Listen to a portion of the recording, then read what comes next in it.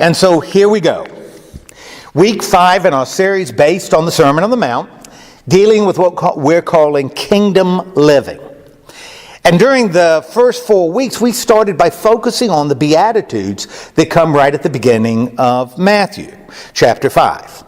And we talked about how God was going to bless some folks who are often ignored in our society, as well as some others who've made the decision to live lives who have more to do with God and righteousness than riches and glory. And then last week we looked at how Jesus said we have a responsibility both to the world and to God. You know, how we are the salt of the earth and we are the light of the world. Not because we chose to be, but because we are. And how we're expected to be good, moral, and ethical men and women. You see, that's what we owe the world around us and the God who loves and will save us. Now that's where we've been. And this morning, as we continue to move through the Sermon on the Mount, we're going to talk about anger. In particular, why it's a problem and how we might control some of its, negative consequences. And I'll tell you, I think it's interesting that we're dealing with this right before we celebrate Independence Day, the 4th of July. And I'll tell you why. Although I will always believe that the United States is the greatest country in the world, and that God has been incredibly good to us over our history. Man, He has blessed us beyond measure in some very profound ways. I think we've become an angry people. And I don't think it's all that hard to see. For example, if you've spent any time on Facebook and Twitter, or watched either Fox or MSNBC, man, I think you know exactly what I'm talking about. Democrats are angry, and I mean really angry with Republicans. Conservatives are angry, and I mean really angry at liberals. And supporters of the president are really angry at those who disagree with his actions. Now, that's what I mean by anger. And it's not just that folks are disagreeing with one another, like it used to be. People would disagree, and then they'd have these discussions. And I think discussions and debate over ideas, I think that's pretty healthy. But that's not what we're seeing nowadays.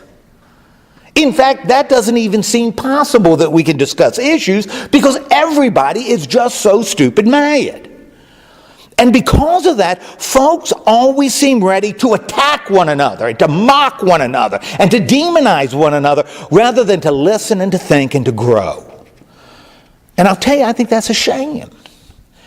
But maybe even worse than that, this anger is causing people to say and do terribly cruel and nasty things to their fellow citizens. Man, we're all part of this same country, and yet we treat one another horribly.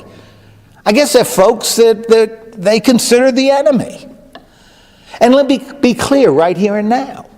I don't believe this is a monopoly held by one side of the political divide.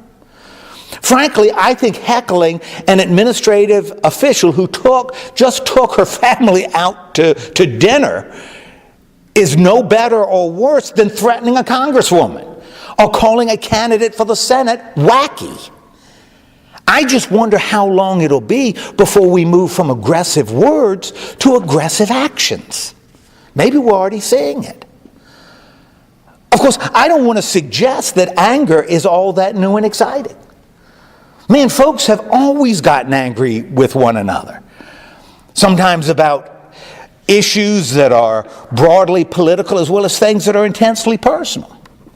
And we know that because right here in his Sermon on the Mount, Jesus talked about anger before he dealt with stuff like immorality and prayer and forgiveness. I mean, right after talking about how disciples have an obligation to be good moral people, he said, "You have heard that it was said to those of ancient times, 'You shall not murder, and whoever murders shall be liable to judgment.' But I say to you that if you are angry with a brother or sister, you will be liable to judgment. And if you insult a brother or sister, you will be liable to the council. And if you say, 'You fool,' you will be liable to the hell of fire. So when you are offering your gift at the altar, if you remember that your brother or sister has something against you, leave your gift there before the altar and go. First be reconciled to your brother or sister, then come and offer your gift. Come to terms quickly with your accuser while you're on your way to court with him. Or your accuser will hand you over to the judge and the judge to the guard, and you will be thrown into prison. Truly I tell you, you will never get out until you have paid the last cent. Now that's what he said. Therefore, anger must have been a big deal for Jesus. And I'll tell you, I think it should also be a big deal for us too. But here's the good news. If we look at what he taught, I believe Jesus did more than just highlight a problem. He offered us a solution. And that really is good. In other words, whether it's the kind of anger we see among different groups in our country, or the anger we might have towards our kids, or our spouses, or our bosses, even towards our fellow Christian brothers and sisters, not only did Jesus give us a pretty good idea about why anger can be a real problem, he also offered some direction on how we might be able to deal with this feeling when it rears its ugly head. For example, I think Jesus offers us some pretty good insight into why anger is a problem. But I'll tell you, I don't think the real issue is about the emotion at all. Instead, it involves what the emotion leads us to do. And I believe that's reflected in the way Jesus used the word anger in this passage as well as in other places in the Gospel of Matthew. You see, every time he talked about someone being angry, he always tied that emotion to some kind of action they ended up taking. For instance, a little bit later in Matthew, Jesus will tell a story about a slave who owed his owner a lot of money, which the owner forgave because the slave asked for mercy. But later that same slave wouldn't forgive a fellow slave a little tiny debt. Instead, he had his colleague thrown into jail. Well, when the master heard about it, this is what happened. Then his Lord summoned him and said to him, "You wicked slave, I forgave you all that debt because you pleaded with me. Should you not have had mercy on your fellow slave as I had mercy on you?" And in anger, his Lord handed him over to be tortured until he would pay his entire debt. You see, it wasn't just the emotion, the anger the master felt. It was what the emotion caused him to do. Those two things were tied together. And the same thing happened in another story that Christ told when the people of a particular city wouldn't come to the king's party. Jesus said, "But they made light of it and went away, one to his farm, another to his business, while the rest seized his slaves, mistreated them, and killed them." The king was enraged. Man, he was angry. He sent his troops, destroyed those murderers, and burned their city.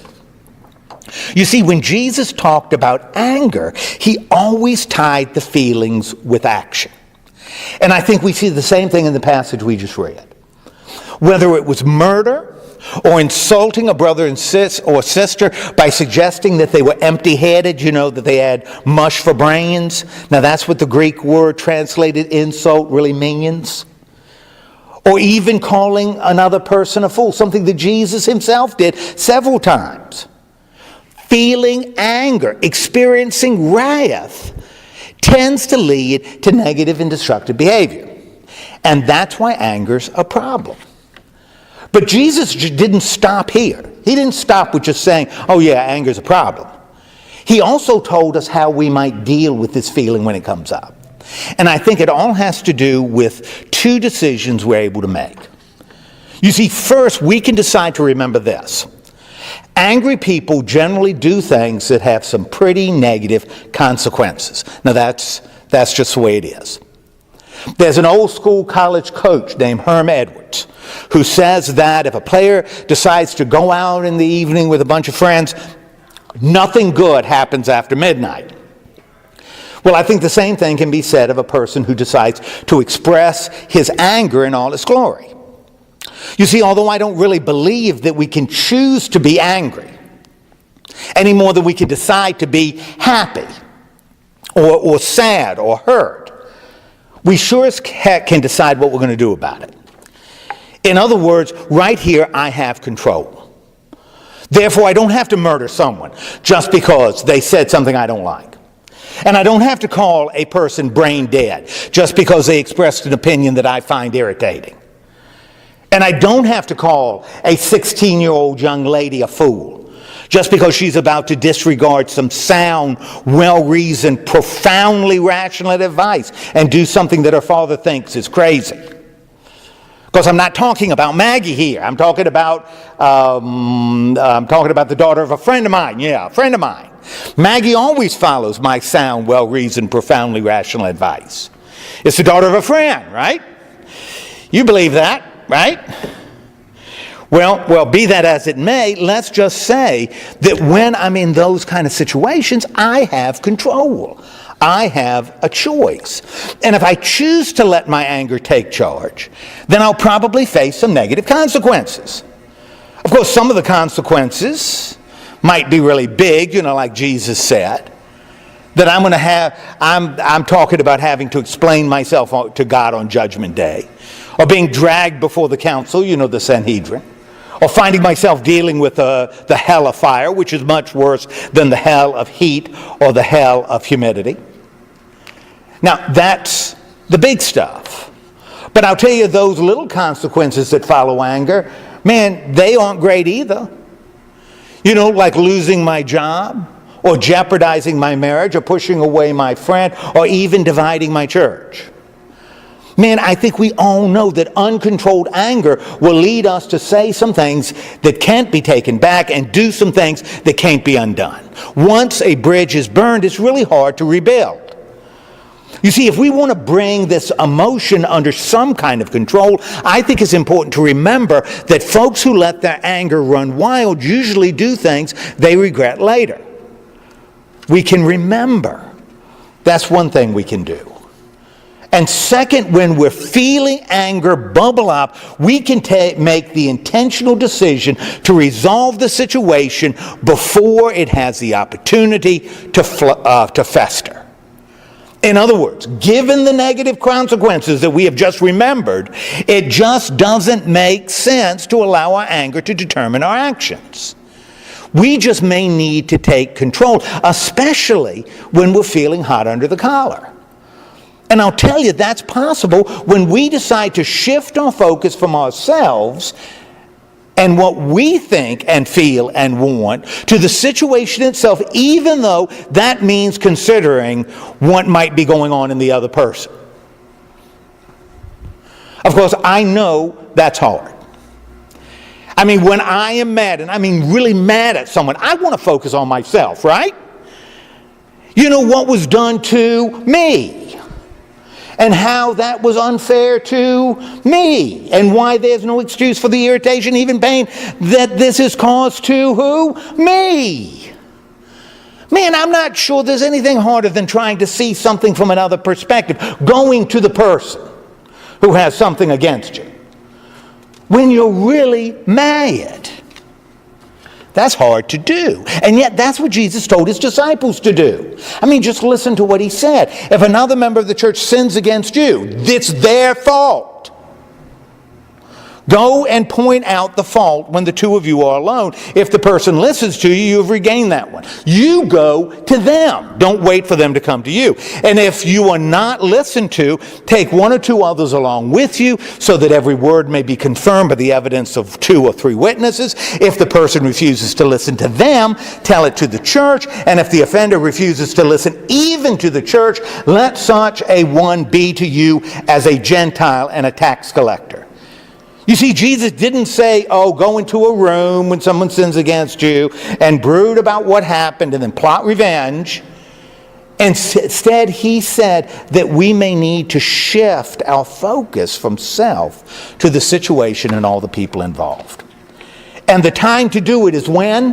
When's the time to do it? Man, now's the time to do it. It's not tomorrow, the day after that, or the day after that. And it's not after you've done everything that was already on your calendar. I've done everything, and if I can fit this in, I'll do it.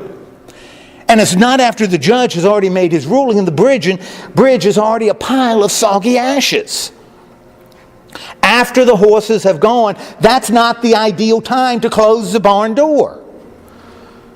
Instead, we need to get this situation cleaned up right now. And if that means leaving the gift at the altar or finding the plaintiff before we go to trial, so be it.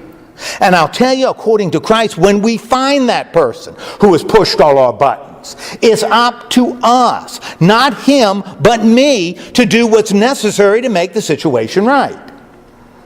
Remember how Jesus said, so when you're offering your gift at the altar, if you remember that your brother or sister has something against you, leave your gift there before the altar and go. First be reconciled to your brother or sister, and then come and offer your gift. Come to terms quickly with your accuser while you're on the way to court with him, or your accuser may hand you over to the judge and the judge to the guard, and you will be thrown into prison.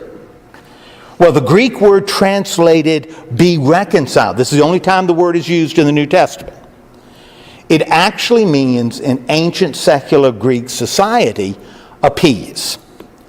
In other words, the friendship that we share with our Christian brothers and sisters, and the unity that must be present within the body of Christ. Man, this stuff is so important, or should be so important to us. We might need to sacrifice a little bit of ourselves to regain and to maintain it. And as it relates to the word translated come to terms, although this verb also is one that never appears anywhere else in the New Testament, Paul used the same word as a noun when he wrote, render service with enthusiasm as to the Lord and even to men and women. You see, this coming to terms business must be done with enthusiasm, energy, regardless of who the accuser might be. I'm telling you, after remembering that unchecked anger leads to bad stuff, it's up to us to solve whatever led to the anger in the first place, and to do it as soon as we can. And that's the second thing we can do. Yesterday evening, I read an article that suggested that we as a nation might be moving towards something we haven't seen since 1865. And I'm talking about civil war.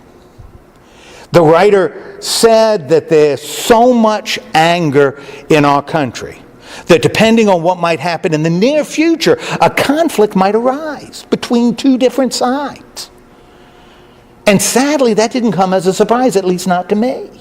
I've heard folks on both sides of the political divide suggest this same scenario if certain things occur. Now, I got to tell you, I pray that they are wrong, because I love America. This is my home. And I want to pass on to my daughter a country that will be as good for her as it's been for me, and it's been really good to me. But you know, maybe this kind of conflict isn't inevitable. I mean, maybe if we as Christians took these words of Christ seriously, and maybe if we remembered that when anger becomes action, the consequences are often pretty bad. And maybe if we decided to do whatever we can to diffuse and resolve those angry situations, then maybe, just maybe, our country will change and return to what it was. In fact, we might see in America what Lincoln talked about in his second inaugural address. With malice toward none, with charity for all, with firmness in the right as God gives us to see the right. Let us strive on to finish the work we are in, to bind up the nation's wounds, to care for him who shall have borne the battle, and for his widow and his orphan. To do all which may achieve and cherish a just and lasting peace among ourselves and with all nations. Amen.